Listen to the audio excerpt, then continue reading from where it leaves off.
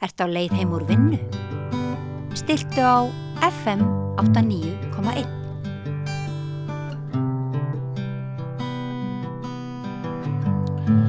Hundruð landsmanna hafa sýnt því áhuga að kynna sér ætiplöntur í íslenskri náttúru nú komandi helgi. Lára Sólveig, forseti ungra umhverfisinna, ætlar að ræða við mig hér á næstu mínútum matargjafir náttúrunnar sem að mér skilst að sé við hvert fótmál á þess að við vitum endilega af því. Vertu velkomin til okkar. Takk hérlega. Þessi, þegar ég segja að hundruð landsmanna hafi áhuga á að kynna sér plöntur sem að við getum nýtt okkur til matar eða til að krydda matinn okkar eða eitthvað svoleiðis, þá ég semst að vísa til þess að þið hjá ungum umhverfisinnum, þið auglýstuð viðburð, göngu helgina og aðsóknin eða áhugi landsmanna á fyrirbærinu kom ykkur algjörlega opna skjöldu, ekki satt? Algjörlega, bara fram úr öllum vonum.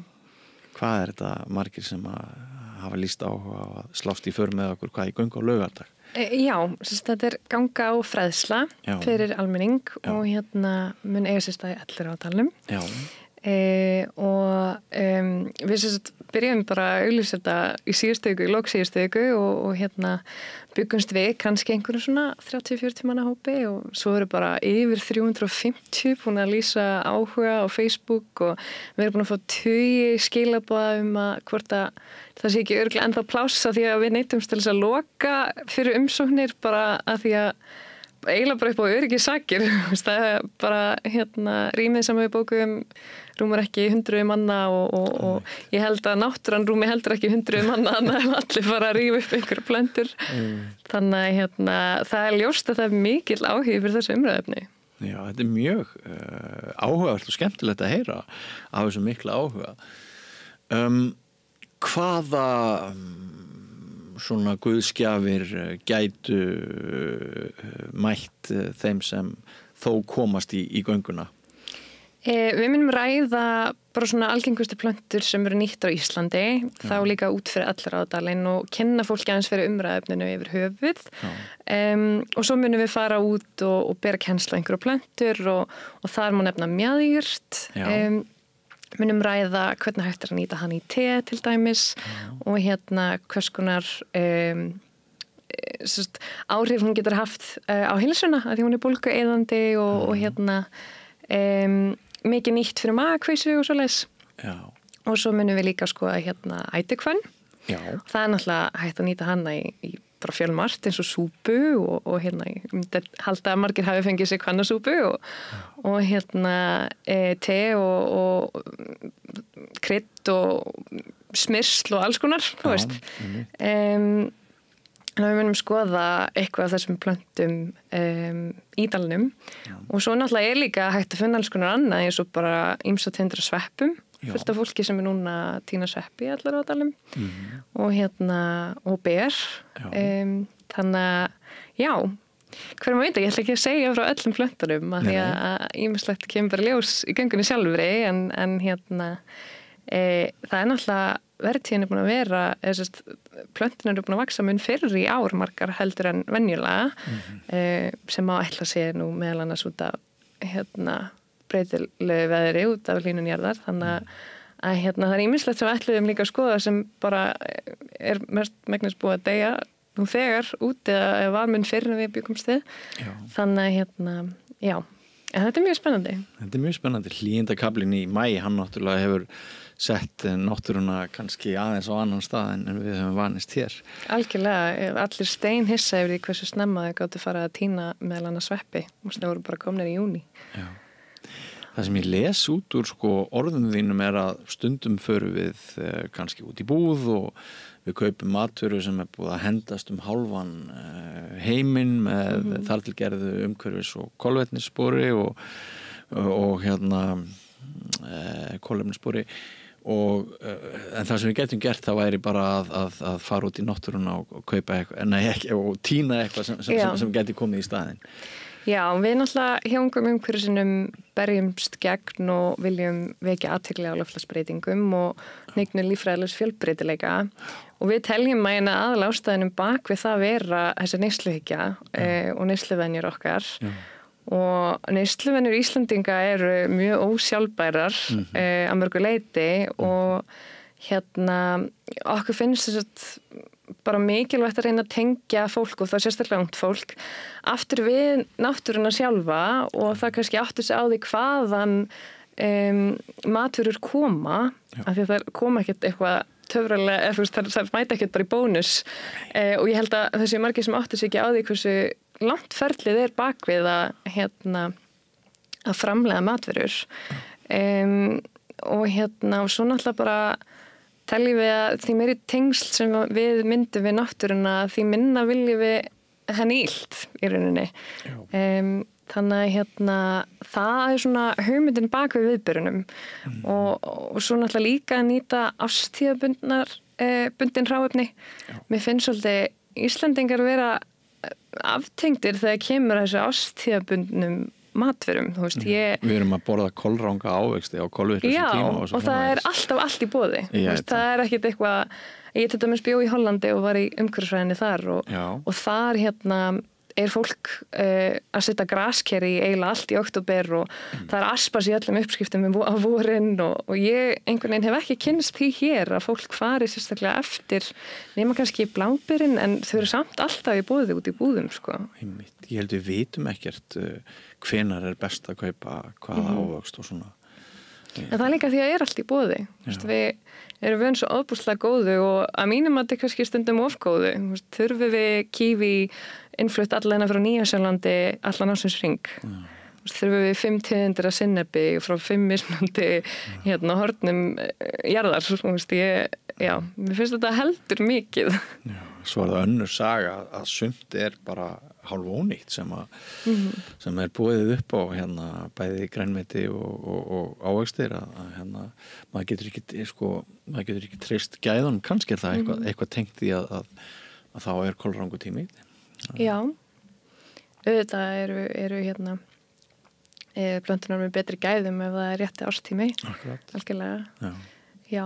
En ég held líka að fólk sé að fá meiri áhuga á að tína sjálft til matar af því að það er bara alltaf verða svo óbúslega dýrt og fólk er að leita annara leiða til þess að afla sér til matar og þá er náttúrulega bara, ég meina af hverju myndum maður ekki fór út í náttúruna og tína einhverju sveppi þeir eru, villisveppir eru rándýrir út í búð þegar það eru kúalaupar einhvern veginn í garðinum hans það er bara ég skil að fólk hafa áhuga, mér finnst það frábært að þessi áhugi sé að aukast og það virðist vera eitthvað svona hvað í loftinu, svo smá trend Þannig að það gætu verið misrómantískar ástæður á bakvið fjölda þessara hundruða manna sem langar að fara í gönguna helgina og fá fræðsluna. En bara allar góðar, eins og við segjum alltaf hjá UU að það eru margar ástæður til þess að lifa sjálfbærara lífi og þó það sé ekki allar rómantískar eins og þú segir eða það að við viljum bara umhverfinu góðu þá ef það er koma okkur á réttan stað þá er það bara frábært. Sammála því.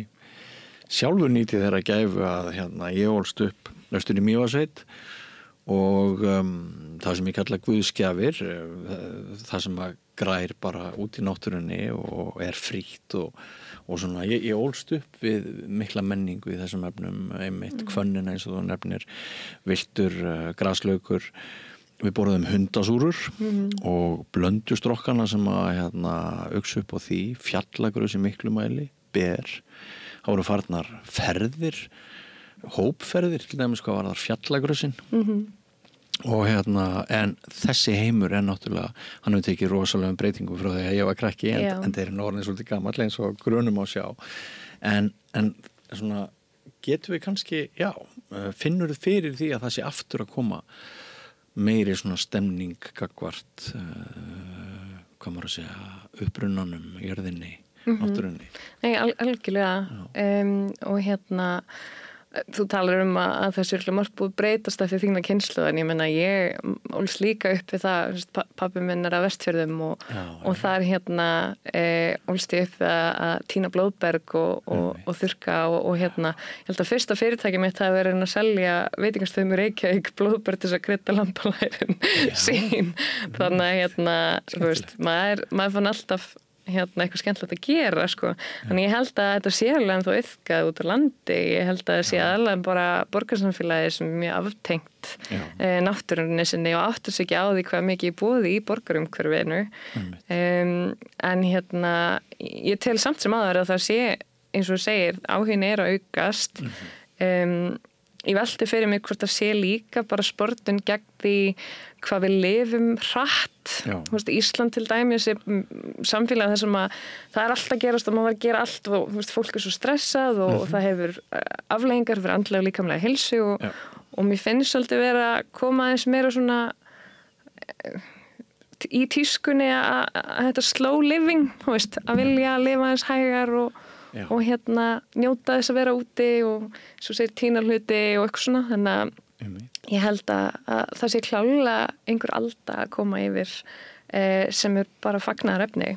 Algjört og í þessum efnum mætti kannski bæta við að þegar ég fyrir í Berjamó þá næ ég mjög góðu sambandi við mína núvitund passa nú yfirleitt að taka ekki með mig síman og samt velta maður fyrir sér en ef ég fótbrotna það er litla líkur á því og sko ef maður tjúnar sér rétt þá skiptir ekki öllu máli hvort maður finnum ekki að berjum eða ekki það er einmitt bara þetta að slaka á, fá frí frá amstrinu og stressinu og vera ekki í þessu ímyndaða tímaræki sem að mörg okkar og bara eyða tíma úti þú veist, við, sérstaklega unga fólki við eyðum svo óbúðslega miklum tíma bara við skjáin, þú veist, bara í símanum og tölvunni og Netflix og allt þetta þannig að það er mjög mikilvægt að eyða meira tíma úti og þess vegna hefur við verið að hvað ég segja, skipuleggja bara fleiri viðburði og skemmtilegheit sem að eru úti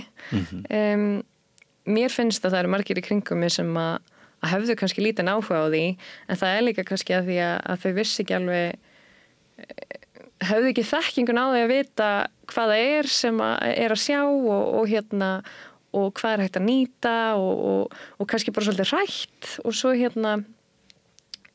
það bara að fara út á þægindarhringnum og koma að staði að þetta er frábær hlutur til þess að gera og ótrúlega gott fyrir sálina og líkamann ég held að ég þekki engan sem líður verra á því að vera út í náttúrunni Nei, ég er sammála því Ef við ræðum arfa er arfi bara illgresi eða er arfi eitthvað sem að sumir nýta? Nei, alls ekki bara illgresi og það er einmitt eina konunum sem verður með fræðsleirundum helgina er arfistinn Ásta Þórisdóttir og hún sérhæfir sig í plöntum sem að fólki líkar illa við eða illgresi og það er mörgur leiðir sem hægt er að nýta þær eins og nefndir njóla og túnfífil og brenninettlur og alls konar fólk áttur sig ekki á því að mikið af þessu er bara matur sko og hægt að nota í krydd og smyrsl og ilmóljur og ég veit ekki hvað og hvað þannig að hún mun einmitt fjalla það helgina á viðburðinum og það er líka ýmislegt þetta að finna á netinu fyrir fólk sem að hefur áhuga á þessu hvernig hægt er að nýta illgresi því að það þarf ekki að henda illgresunum sem að maður rífur upp úr garðinum á sumrin til dæmis Og ég sé í upplýsingu frá okkur að þessi Ásta Þórisdóttir, hún vann á meistaraverkefni árið 2019 bara þessi mál. Já, ég hlakka mjög mikið til að hlusta á hana og hún hefur bara áratugar reynslu og því halda fræðsluerindi og listasýningar arfa. Einmitt. Viltu segja okkur aðeins svona að lokum ég bara óska ykkur góð skengis með þetta framtak og þetta er skemmtilegt og frábært framtak en viltu segja okkur aðeins frá þessum félagskap ykkar, ungir umhverfisinnar er þetta lifandi samtök og fjölmenn eða? Já, takk og bara endilega ungir umhverfisinnar eru samtök sem að eru búin að vera til alveg síðan 2013 og við erum með yfir 1600 skráða meðlimi. Þannig að við erum frekar fjölmenn. Hvernig hættir maður að vera ungur? Sko, til þess að vera í stjórn þá þarf maður að vera milli 18 og 35 en yngsti meðlimurinn okkar 12 og elsti meðlimurinn okkar 51. Já. Þannig að það þarf bara að vera ungur í anda til þess að vera með. Og það fullt af fólki að koma helgina sem ekki innan þess aldursbils. En þetta snýst, eins og ég segi, þetta rekið af ungu fólki en það opið fyrir alla. Og bara frábært að tala við fólk sem utan þess bils að hefur mikið að fróðlegum hlutum til þess að segja. En við erum fjölmenn og bara úr alls konar hóttum úr samfélaginu. Þetta er bara fólk sem hefur áhuga á umhverfismálum og kannski einhver sérstakar hluta innan þess. Þú veist, við erum með mismunandi nefndir, þá til dæmis hringrásanefnd fyrir fólk sem áhuga á hringrásahagkerfinu og náttúruverndarnefnd, það er mikið að landvörðum til dæmis. Og loftslagsnefnd og svo fræðslunefnd. Þannig að við förum til dæmis í skóla og höldum fræðsluerindi og við heldum nýlega stutt, hvað kallar maður þetta? Svona stuttar sögur, ljóð og kvæði og alls konar svona keppni milli grunnskóla á Íslandi. þar sem að börn gátu sent okkur einhverju sögur sem tengjast umhverfismálum og prentum út bók í framhaldi, þannig að við gerum alls konar svona hvað ég segja þverfagleg verkefni, þú veist, milli kannski náttúrufræðinar og listar og stjórnmála. Við erum náttúrulega líka búin að gefa út Sólina sem metur umhverfismarkmið hjá mismunandi flokkum í alþingiskosningum sem hefur mikið dreifst og fólk veit mikið af, þannig að það alls konar verkefni sem við stöndum bak við. Já, þetta frábært. Ertu sammála mér með það að umhverfismálin eiga sér nú ekki sterkt lögheimili í pólitískri umræðu sem stendur? Nei, allt og lítið. Þannig að flokkanir sem kannski hefðu mestan áhuga á þeim duttu út í síðustu kosningum og það eru flokkanir sem fengu hæstu einkunnar í Sólinni. En það eru alveg flokkar sem fengu fínar einkunnir og flokkanir sem eru í ríkisstjórn allan eins og sérstaklega Samfylkingin og Viðreisn voru í 3. og 4. sæti hjá okkur og standa alveg fyrir umhverfismálum en það er bara svo lítið tala umhverfismál á þingi einhvern veginn og það er eins og áhuginn hafi farið, fólk hefur færst yfir í, þú veist, öryggismál og kynjajafnrétti og útlendingamálin og alls konar og áttu sig ekki endilega á því að þetta er allt tengt. Þú veist, útlendingamálin tengjast líka loftslagsmálunum og efnahagsástandi á Íslandi, húsnæðismál mun líka hægt og rólega tengjast meira umhverfismálum. Þannig okkur finnst mér leiðilegt að þetta sé að gleymast af því að þetta er bara eitt af stærstu málum samtímans og eitthvað sem að má ekki gleymast fyrir okkur öll. Þannig já. Það er líka maður hefur fundið fyrir því að það er eins og við séum svona sumpart komin einhvern útópískan gýr að þetta reddist. Það sem var talið hafa mikið svona urgency fyrir nokkrum árum í umræðinni sem að sletti að til mjög brýnt að takast á vegna rætna loftslagsbreytinga.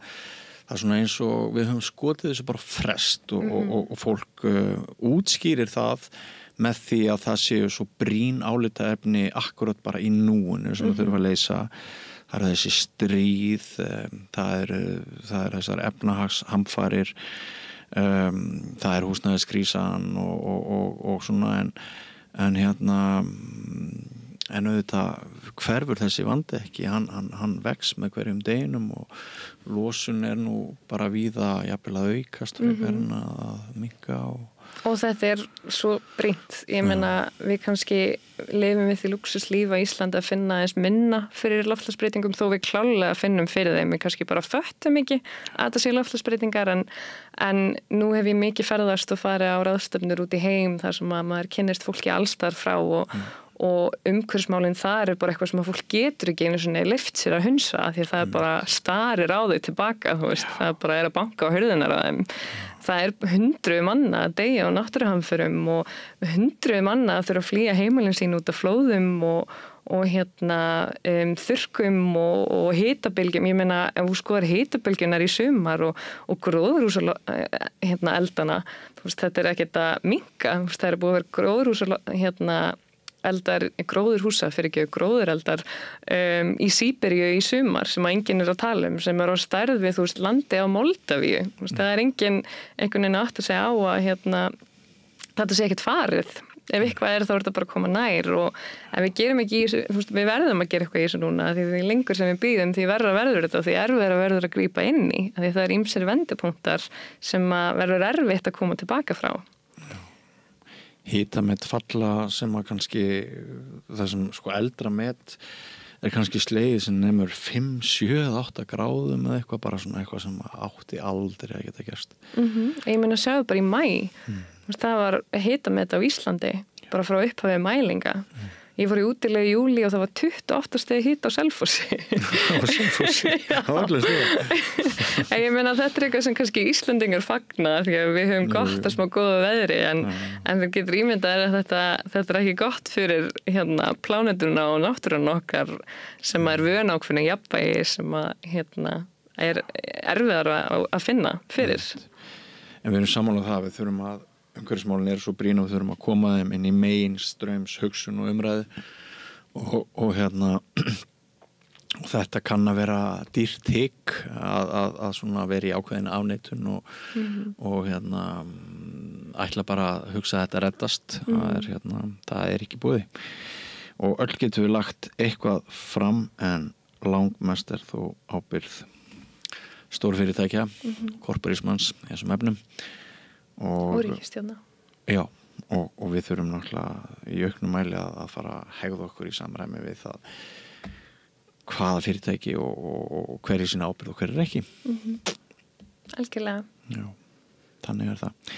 En þetta var fróðlegt og skemmtilegt, gaman að kynnast ykkar félagskap og vonandi eigum við eftir að fá því oftar eða bara reglulega rauða borðinu og ég óska ykkur góðs gengis með fræðsluna og göngunum helgina og eins og þú segir það virðist þá eitthvað verið í loftinu sem að kannski eru við búin að fá yfir okkur af manngerðum briskleika og viljum flýja í auknumæli aftur í faðm náttúrunnar og tengingu við náttúrunna og þá er þetta nú heldur betur góð byrjun að algjörlega kynna sér mjaðjurt og hvönn og annað gott. Já og við munum örgulega halda einhverja fleiri svona viðburði á næstunni þannig að að gera fylgjast bara með og takk hérlega. Lára Sólveig, kæra þakki fyrir komuna. Takk. Ekki fara langt, kæru hlustendur og áhorfendur, það er meira efni framöndan. Frjáls fjölmiðlun á í vök að verjast allstaðar, ekki bara á Íslandi. Peningavaldið og sterku hagsmunaöflin eiga greiðan aðgang að stjórnvaldi og fjölmiðlum og eiga jafnvel sína eigin fjölmiðla. Þess vegna er samstöðin svo mikilvæg. Hér er pláss fyrir alla raddir, málin eru krufin til mergjar og samtölin eru stór og innihaldsrík. Samstöðin er mikilvægt lýðræðistæki. Ég heiti Kristín Helga Gunnarsdóttir og ég styð samstöðina.